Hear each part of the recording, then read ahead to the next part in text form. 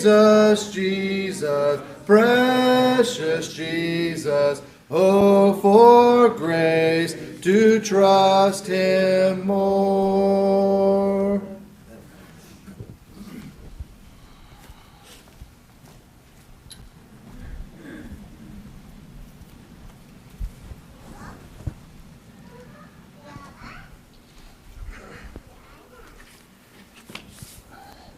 I stand before you with fear and trembling.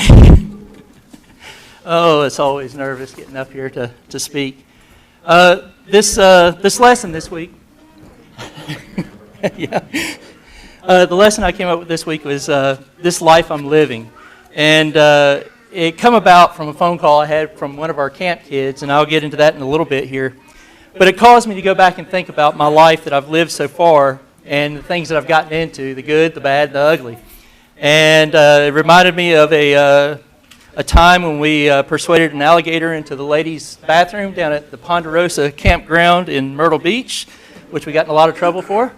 But there was always things that we got into as we grew up.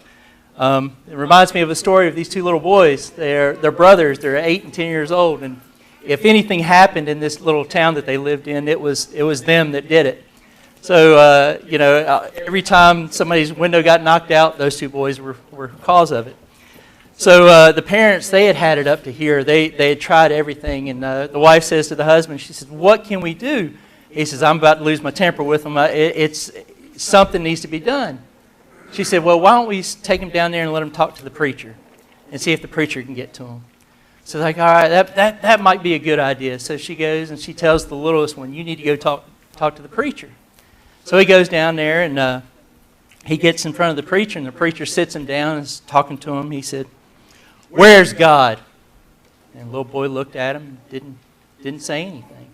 So the preacher's thinking, man, this little kid, he's not even going to speak to me. He said, "Where's God?" Real strong, trying to get their attention. Still nothing from the little kid. So he's thinking, how am I going to get this kid to know or answer me? Finally he says again, "Where is God?" The little kid gets up and just bolts out of the church. Goes running home, runs into his bedroom, hides in his closet, and his big brother comes in there and says, "What's going on? What's going on?" He said, "Man, we're really in trouble now. God's missing it. They think we did it." So, you never know what people think you're up to. Oh, my. Yeah. Okay. I referenced this phone call that I had last Sunday afternoon. It's always interesting when I get a call from one of our camp kids. This guy, he's in his mid-20s now. He sends me a message, "Hey, can we talk?" I said, "Sure." So he gave me a call and he said, "Mr. Andy," he said, I'm struggling. I said, what are you struggling for?" He said, I've got a pretty good job right now, and I've been working really hard, but I just don't feel satisfied. I don't feel like it's the right thing for me." So he talked about, he said, I've got to be serving God. I've got to be doing something for the church. And to hear this young man at this age say this, it made me think back to when I was that age. What were my thoughts? What were my desires? What did I want to do? And here it is, this young man, he's wanting to go into youth ministry, and he's asking me all these questions. What do I do? What do I do? And I said, go out there, just attack it. Show people that you have that desire to teach the gospel, to work with kids. He said, "Well, I don't have the degree." I said, "You don't have, the Bible is the degree that you need. Live by that, teach by that. And that's what kids are going to gravitate to. As long as you're living out what it says here, that's what's important." So hopefully I encourage them in the right direction there. But it made me think back to the different times in my life where I've had decisions to make. Whether right or wrong, I've made those decisions. And I can regret some of those, but most of them, I saw the mistakes I made, and over time they corrected themselves, and I learned from that. Then I make another mistake and learn from that. We go through life like that. We go through life searching and trying to find the right answers in everything that we do. We'll make the wrong decisions, but that's all right. We learn from those things as long as we're aware of those bad decisions. I sent that email out this week. I said, what would you tell your 18-year-old self? What advice would you give yourself at 18 if you had the opportunity? And it was interesting, all the comments that I'd gotten. And, with Jonathan, it was just simple. Have faith. Have faith. Imagine yourself at 18 having the faith that you have now. The trust in God. The desire to please God. When I got an email back from Dennis McCurry, these are some of the things he said. He says, when you go out on your own, model yourself after good people. They have seen that in you. Have good friends, a good church family, and good relationships. All those things have also made you who you are. This is a letter that, I loved it. This is a letter that he wrote to his grandkids and gave, maybe the grandsons, I'm not sure, but he shared it with me. But I was always interested in just the prospect of him giving his wisdom to his grandkids. I thought that was beautiful. Joe Carey said he always worried when he was little about the killer bees from Africa going to get him. If you remember that. He said, but, I would tell myself, go back and read Matthew chapter 6, verse 25. God is in control, and understand that. God is in control. Amanda Miller, I love this. Boys can wait until your senior year of college. Remember that, Rebecca? All right. Boys can wait until your senior year of college. Most importantly, know that God has your best interest in mind. Rebelling against Him or your parents and the church will only bring you trouble, heartache, and leave you stuck with a less ideal version of yourself than what God wanted you to be. That's powerful. Then you look at Melissa. She said, cherish the memories of your grandparents, your aunts, the time spent with them. Ruth, she said, look for and be open to new opportunities. Don't be limited to only what people can tell you you can achieve. Doretta, live life to the fullest. I love that. And don't live for the present, live for the future. Ricardo, listen to them. Don't just hear them. Listen to them. I thought those were pretty powerful statements there. When I thought about this, I thought about my life, and, it's fun for today, but what are you going to do for tomorrow? That was what I was thinking about when I was younger. Experiencing those things, that were enjoyment. They were fun. They were exciting. But they weren't the best things in the world for you. Those things that give instant gratification are usually not long-lasting things. Whether it is friends that are fun to be around, but they do not have your best interests at heart. Seek advice from those who have experience in the areas you are interested in. Be patient and just don't settle. Embrace those who genuinely care for you, your dreams, the church. This is something that I've learned over the years. The church is an amazing asset for anybody. And if you can grab hold of it at a young age and understand that the support that comes from the church, that will carry you through so many trials and struggles. I can't eat struggles. Thank you, Rob. The church is just a beautiful place to be a part of. Being engaged in the work of the church, this doesn't mean preaching, teaching, knocking on doors. It means you allow yourself to be vulnerable, open, loved, cared for. I didn't understand all that at first. When we look at, if you want to go ahead and turn over to Ecclesiastes, I looked at this book and I was curious to learn more about it. And when you read this, it's like going on a roller coaster ride, the ups and downs. It's just constantly changing. And it's kind of beautiful in a way because it's telling you what this man experienced. He said the teacher experienced all these things. And he talks about how he had fun enjoying these things, but it was meaningless. And we think back to the times that we were doing stupid things, how meaningless they were. When we look at the very first chapter here, look at the very first couple of verses. It says that the words of the teacher, son of David, the king of Jerusalem. He says, meaningless, meaningless, says the teacher, utterly meaningless. What do people gain from all their labors at which they toil under the sun? Generations come and generations go, but the earth remains forever. The sun rises and the sun sets and hurries back to where it rises. The wind blows to the south and turns to the north. Round and round it goes. He talks about just life being meaningless. And it's interesting as you read through the book of Ecclesiastes, as he's talking about these things, these experiences, all the wonderful things that he thought he was doing, building great projects, and he had all the wealth in the world that he needed. But he kept coming back to God and how God needs to be part of that for those things to be meaningful. If you go on down to verse 12, it says, I, the teacher, was king over Israel in Jerusalem. I applied my mind to study and to explore by wisdom all that is done under the heavens. What a heavy burden God has laid on mankind. I have seen all these things that are done under the sun. All of them are meaningless and chasing after the wind. When you sit there and look at your life, sometimes we see ourselves so active, so diligent in the work that we're doing. We're working hard to get that promotion. We're working hard to advance and make more money. We always want to make more money. We always want to have more things and more things. But when we look at it, at the heart of our life that we're living, are we satisfied with God? Are we satisfied with what God has given us? Are we constantly looking for something worldly that's going to give us that gratification, that joy, when all the joy that we need is in God? And all the other things will fall into place. When we look down here at verse 15, it says, what is crooked and cannot be straightened? What is lacking and cannot be controlled or counted? I said to myself, look, I have increased in wisdom more than anyone has ruled over Jerusalem before me. I have experienced much of wisdom and knowledge. Then I applied myself to the understanding of wisdom and also of madness and folly. But I learned that this, too, is chasing after the wind, for which much wisdom comes much sorrow. The more knowledge, the more grief.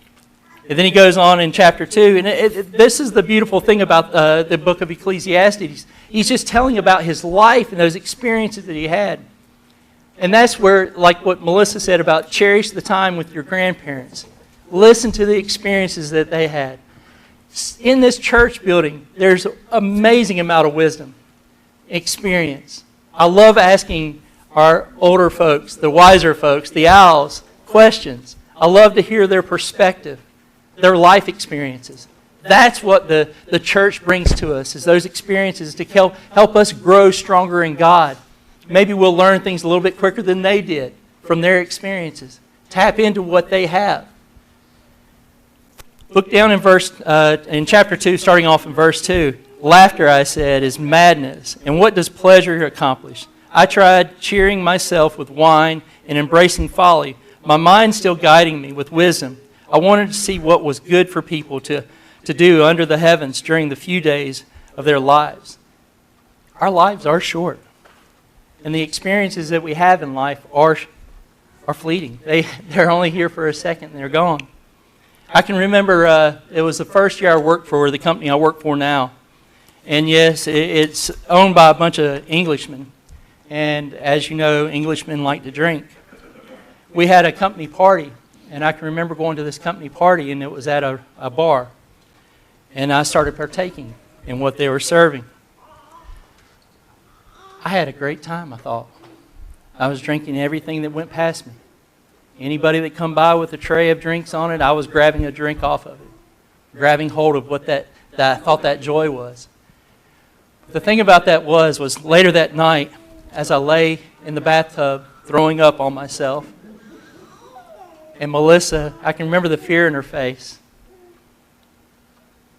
My joy brought fear and sorrow to her. I was embracing something that altered my state, that caused this sickness, and I thought that was what life was all about. The next morning I learned more about what life was about, how important it is for my wife to know that she can trust me. She can respect me. She was fearful that she was going to have to call her parents that night and say, hey, can you help me take Andy to the hospital? Or something happened, he drank too much. Think about those things in our life, those experiences that we had. I learned a lot that night. I learned a lot. So with those experiences come wisdom. And with that wisdom, I can share that with you and say that it was fleeting. It was just for a moment I experienced that altered state in alcohol. I thought it was the way that I should be living. I was like one of the guys at work. I fit right in that night. But you know, over the years, as I've become more of a Christian, my example on them has been more profound than their example on me. And that's where we need to be with God, to have that confidence that He's going to be there for us and carry us through and teach us these hard lessons sometimes. Because I can remember Melissa was very, very disappointed in me, angry with me, because I did that. I showed that side of myself. I pray that she never sees that side of myself again. When we look down here at verse 4, it says, I undertook great projects. I built houses for myself and planted vineyards. I made gardens and parks and planted all kinds of fruit trees in them. I made reservoirs, the water groves of flourishing trees. I bought male and female slaves and had other slaves who were born in my house. I also owned more herds and flocks. He talks about all this wealth that he had, this earthly wealth that he had. There was no God in that. There was no joy in that. And he goes down in verse 10, he says, I denied myself nothing my eyes desired. I refused my heart no pleasure. Think about the things that you've sought after in this life. As an adult, when you see the things that, I've got to have that. Whether it's right or wrong, I've got to have that. We take hold of those things. We grab hold of those things and experience those things. But he goes on, he says, my heart took delight in all my labor, and this was the reward of my toil. Yet when I surveyed all that my hands had done and what I had toiled to achieve, everything was meaningless, a chasing after the wind. Nothing was gained under the sun. I love the statement that he says multiple times in the book of Ecclesiastes, chasing after the wind, fruitless, nothing gained from it. You can't catch the wind. You can harness it maybe a little bit by a sail or something like that, but you cannot stop the wind. When we jump over here to chapter 5,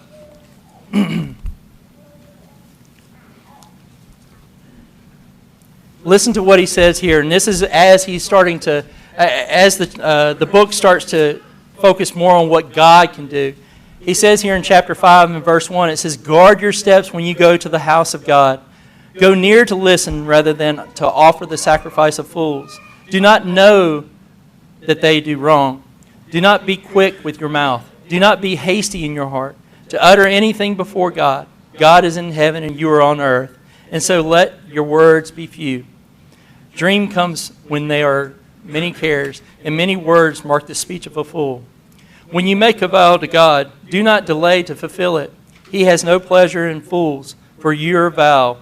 It is better not to make a vow than to make one and not fulfill it. Do not let your mouth lead you to sin, and do not protest the temple messenger. My vow was a mistake. Why should God be angry Why should God be angry at what you say and destroy the work of your hands?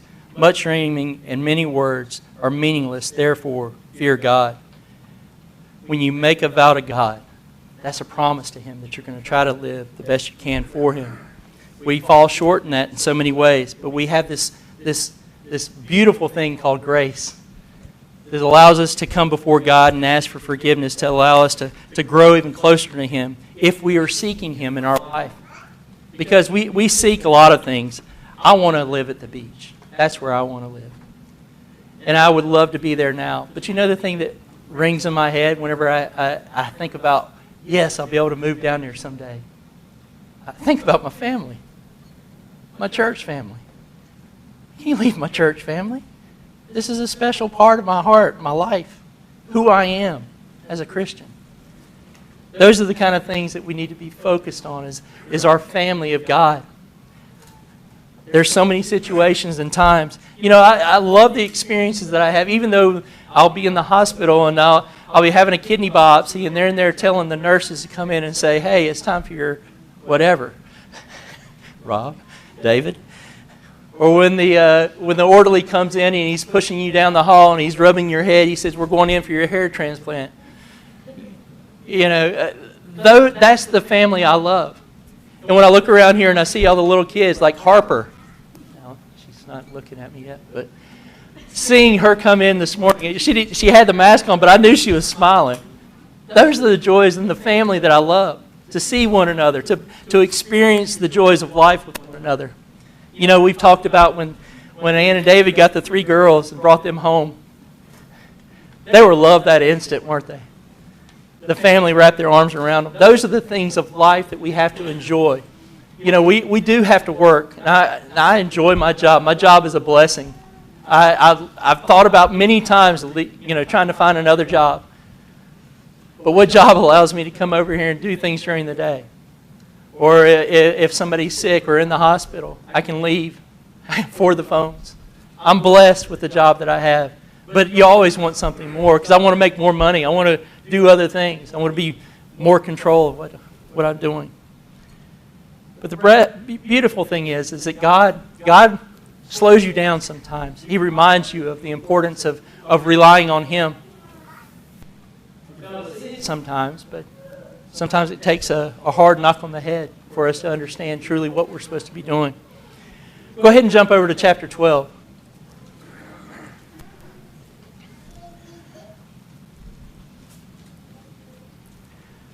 Let's start off in verse 9. It says, "Not only was the teacher wise, but he also imparted knowledge to the people. He pondered and searched." And he's talking about himself and his life experiences. And the beautiful way he ends this chapter is what we need to think about. He says, "Not only was the teacher wise, but also imparted knowledge to the people. He pondered and searched out and set in order many proverbs. The teacher searched to find just the right words, and what he wrote was upright and true. The words of the wise are like goads, their collected sayings like firmly embedded nails, given by one shepherd. Be warned, my son, of anything in addition to them. Of making many books there is no end, and much study wearies the body. Now all has been heard. Here is the conclusion of the matter. Fear God and keep His commandments, for this is the duty of all mankind. For God will bring every deed into judgment, including every hidden thing, whether it is good or evil." When you look back at your life and the experiences that you had, these experiences are things that you need to share with younger people so that they know that you are fallible. I can't stand here before you and say that I don't do stupid things. I can't say that I haven't been that drunkard. But I should be able to sit down and talk to you and say, yes, I understand what you're going through. This is what I went through, and this is how I conquered it, or how God conquered it, most importantly. When we think about our lives, what are we doing right now to please God? Are we living a life to please Him? This is the life I'm living now. Is it right and true? You know, I talked about where I've been, you know, what the things that I've done, and where I'm at now. I'm striving to please God. And it's tough each and every day, but I try to do my best to please Him. But am I leading my life or living my life now with God in control? That's the thing that we have to ask ourselves. You know, no matter how smart we think we are or how wise we think we are we seeking the Scriptures to allow God to lead us in the direction that we need to go? After asking myself where I have been, I know I cannot change a single thing that has happened in my soon-to-be 52 years of life. Stresses and decisions don't get any easier, and worries still come in about the future. I worry about my girls as they begin their life here, as they get out of college in a couple of years. I worry about their decisions. I worry about their struggles. I worry about Melissa next year as she retires. What is she going to do next? I worry about those things. I worry about the church here. You know, we've had a hard 2 years now within the COVID virus. I worry about that. I worry about each one of you. But we know that with that worry, we have to put those things before God and let God take care of those things. If I allow these things to consume me, I become unusable for the kingdom. I need to focus on the things I can control. This goes back to what Jonathan said when he sent back that reply. Have faith. As Cassie and I were talking the other night, we were talking about this lesson. And she was talking about how she needs to be uncomfortable to help in the work of the kingdom.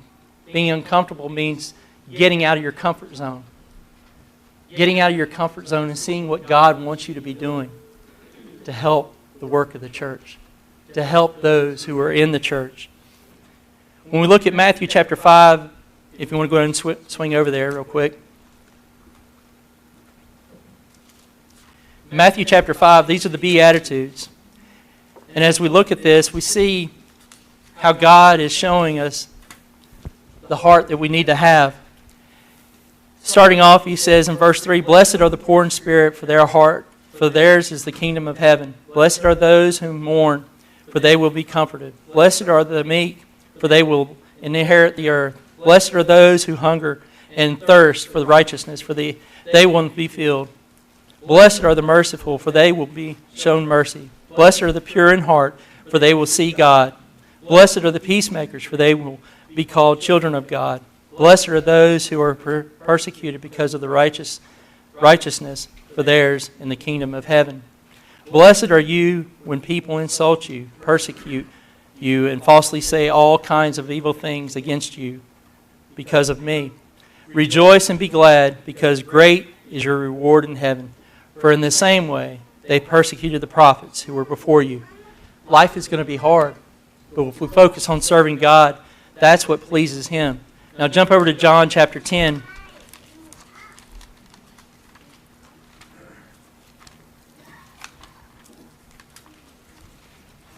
In John chapter 10, we're going to read here, starting in verses, let's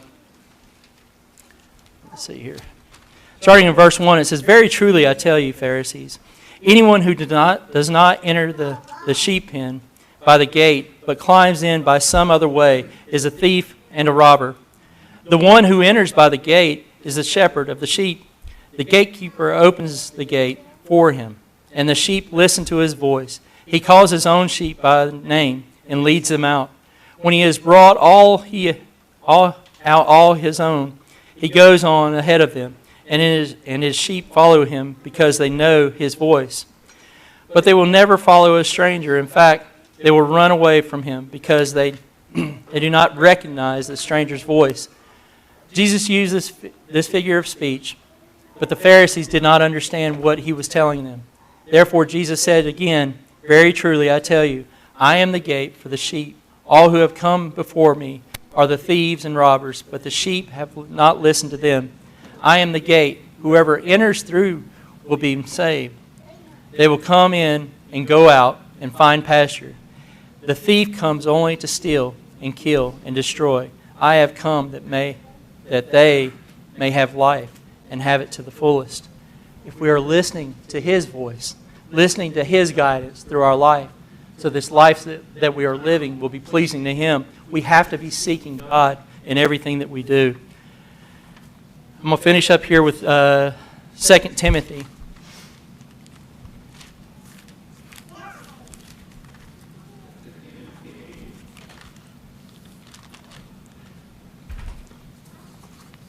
In 2 Timothy chapter 1, starting in verse 6, it says, "For this reason I remind you to fan into flame the gift of God which is in you through the laying on of hands.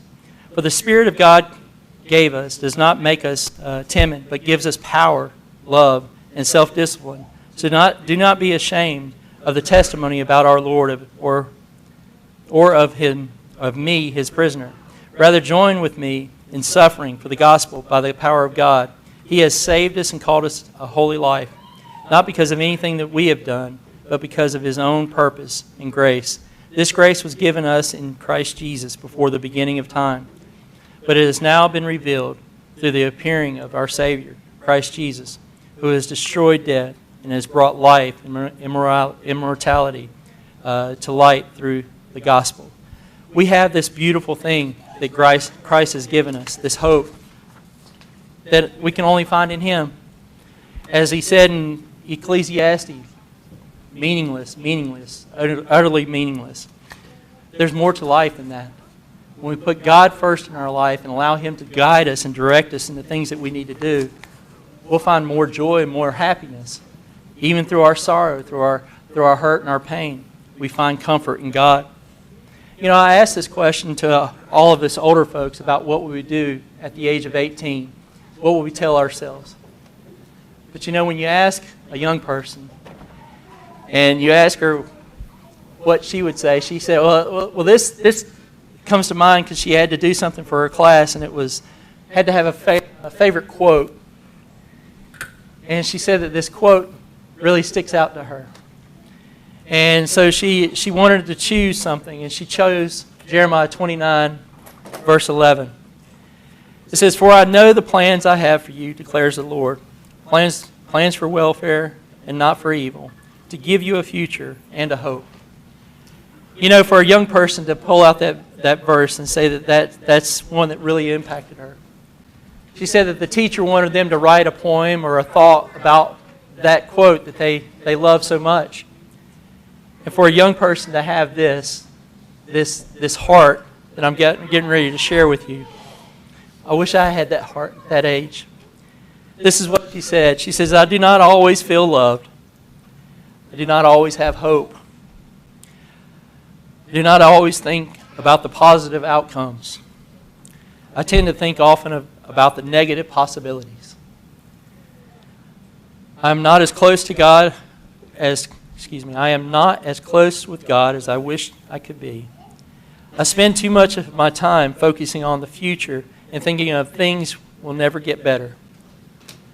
Out of all these things that I have listed, there is one quote that fluctuates me to prepare onward. Jeremiah 29:11 lets me know that life will get secure and content.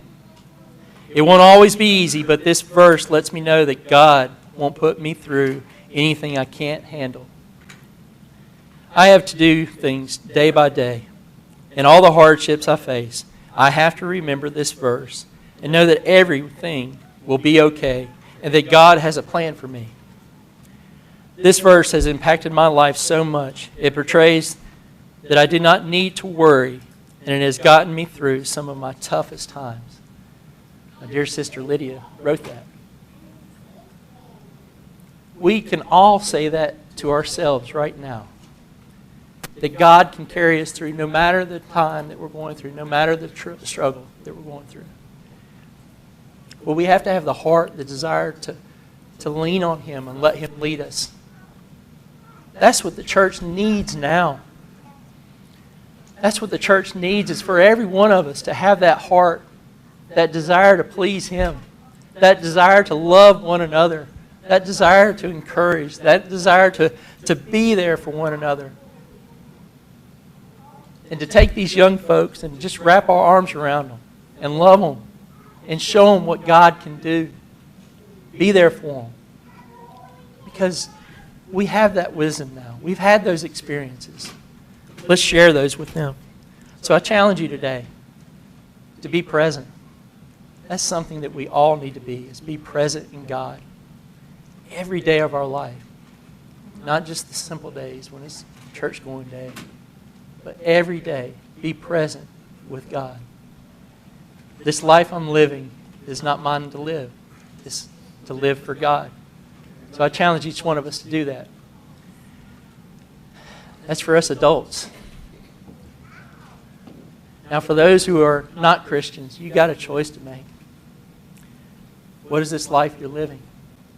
It's time to make a change, to live for Him. I challenge you to do that as we stand and sing. Rob. Hear the sweet voice